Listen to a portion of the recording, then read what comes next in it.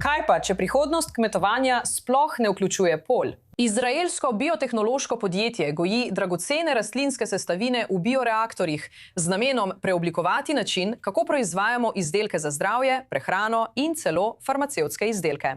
Ob tem porabijo le delček zemlje in vode, ki jo zahteva tradicionalno kmetijstvo. Za več informacij se mi zdaj pridružuje direktor podjetja BioHarvest, Zakir Ekip. Zakir Ekip, najlepša hvala, da ste se mi danes pridružili. V bistvu gojite rastlinske spojine. Ali v laboratoriju še vedno gojite tudi rastlino ali se osredotočate samo na pridobivanje molekule? Ne gojimo nobenih rastlin, ne pridelujemo ničesar, vzamemo izvorne celice, jih vzamemo iz rastline in rastline nikoli več ne vidimo. V bistvu gojimo samo produktivne celice, ki ustvarjajo tiste dragocene spojine, ki jih iščemo. Mi smo uresničitev tega, kar je Hipokrat rekel pred približno 2000 letjema. Naj bo hrana tvoje zdravilo in zdravilo tvoja hrana. Torej, nam naše zmožnosti umetne inteligence v kombinaciji z našo programabilno biologijo omogočajo, da iz narave resnično izvlečemo najbolj koristne spojine ter jih naredimo močnejše, dostopnejše in bolj dosledne. Ponovno, brez uporabe niti koščka zemlje ali česarkoli podobnega, ter z uporabo le delčka elektrike, vode ali zemlje, ki bi jih sicer potrebovali. Ali mi lahko poveste, koliko so stroški zmanjšani in koliko se zmanjša poraba vode? Kakšen vpliv ima to na okolje? Gre za faktor, gre za 2 velikostni redi. Gre za približno 100-kratnik glede porabe elektrike, zemlje ali vode za enako količino sestavin.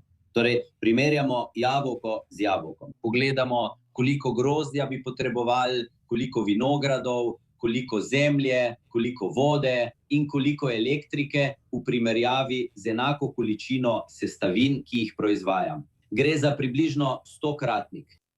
Kako nameravate povečati svojo proizvodnjo? Ker imamo po svetu tudi druga podjetja, ki poskušajo narediti to, kar počnete vi. Ampak kako je mogoče povečati obseg proizvodnje vašega izdelka tako, da znižate stroške in ga dejansko naredite uspešnega? Razvili smo lastniško platformo, ki uporablja umetno inteligenco, avtomatizacijo, računalniški vid in programabilno biologijo. Za izpopolnitev te platforme smo porabili 15 let in zato lahko pokrivamo več industrij. Cenovno smo zelo konkurenčni. Do zdaj še nismo videli ničesar v takšnem obsegu, kot ga ustvarjamo mi. Torej, gre za igro obsega. In upamo, da bomo naše konkurente držali na tekočem traku. Ko bodo oni naredili to, kar mi delamo danes, bomo mi že napredovali in bomo, veste, za velikostni razred boljši. Ampak, kot sem že rekel, uporabljamo programabilno biologijo, umetno inteligenco, računalniški vid in imamo vrhunske celične biologe, ki dan in noč izpopolnjujejo naše delo.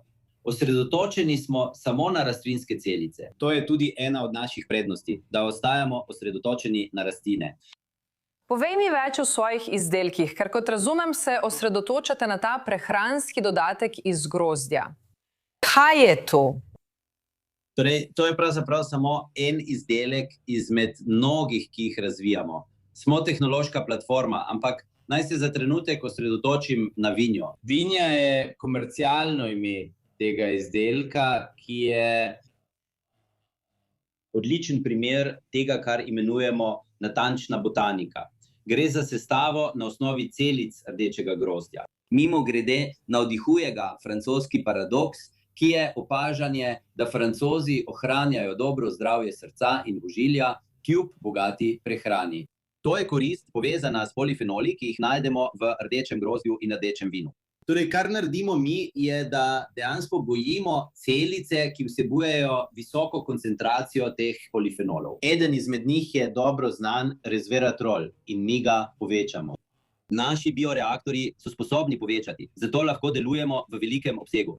In v eni kapsuli, ki vsebuje 400 mg tega prahu, je to enako kot 1000 grozdov. Morali bi pojesti 1000 grozdov z vsem sladkorjem ali popiti celo steklenico vina, da bi dobili to, kar boste dobili v eni sami kapsuli, ki jo vzamete vsak dan. Tako je, poleg tega izdelka pa imamo še druge izdelke, ki jih razvijamo na različnih področjih in ne samo na področju nutracevtikov. Ker gledate tudi na širitev v prehrano v prihodnosti, ali se boste osredotočili samo na prehranska dopolnila? Ne. Smo tudi v prehrani, ukvarjamo se s prehrano, pa tudi z farmacijo in dišavami. Imamo več projektov, ki potekajo hkrati. Za prehrano imamo 2 sladila, ki jih razvijamo z enim največjih podjetij na področju sladil, Tate & Lyle. Nahajajo se v Združenem kraljestvu in v Združenih državah Amerike. Za njih razvijamo 2 molekuli. Razvijamo molekulo za dišavo, ki predstavlja trg v vrednosti $15 milijard na leto. Prav tako razvijamo molekulo žafrana, ki bi bila namenjena tako prehrani kot nutracevtiki. Žafran je ena izmed sestavin, ki se kulinarično uporablja in je ena najdražjih. 90% ga pridelajo v Iranu. Tako da so v tem primeru prisotna tudi geopolitična vprašanja. Tako smo sposobni proizvajati žafran in ga prodajati tako na področju prehranskih dopolnil, kot tudi na področju hrane.